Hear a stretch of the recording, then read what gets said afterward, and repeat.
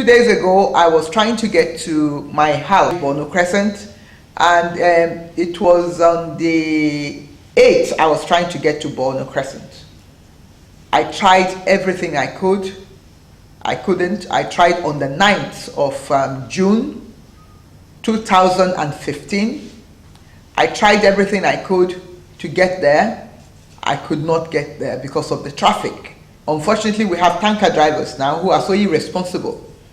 They park on the road and block the road, so we can't get into our own houses.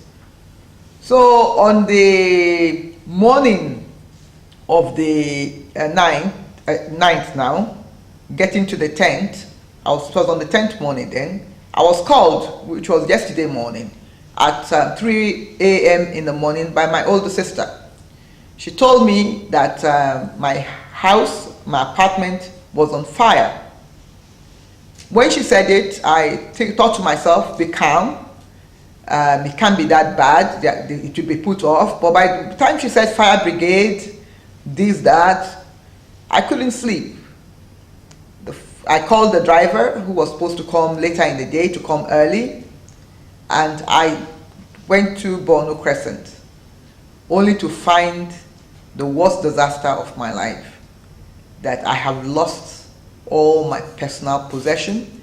I have lost everything. The property belongs to me. I have lost the roof, the doors, everything in the apartment. I couldn't come out with a pin. And the shock was so much. At that time, I didn't even realize that I had wore the dress I was wearing, I had it inside out. And there was a lot of sympathetic people who had come to pay their sympathy. I was so shocked and devastated. I think as of yesterday, something touched me, because a particular gentleman who happened to be a tenant of my sister, and she's my neighbor actually, she owns the house next door. The tenant came to me, an old gentleman, and he said to me that, "Madam, I've not been to this area for over a year, but when I heard what happened to you, I decided to come. And when I came, I looked at it, it reminded me exactly what happened to himself a year ago. And he said that, take heart, because I had this incident, and from this incident I had a stroke immediately. And now I'm still suffering from a stroke. Although I've been able to rebuild my house, but I've never been able to rebuild my life. So I thank God that it did not kill any life. I thank God it restricted itself only to my apartment, and everybody else was okay.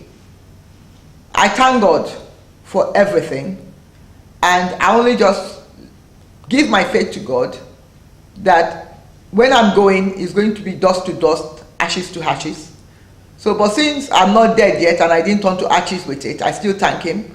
And the little time He gives me now to work, I believe that those times should be productive by the grace of God Almighty.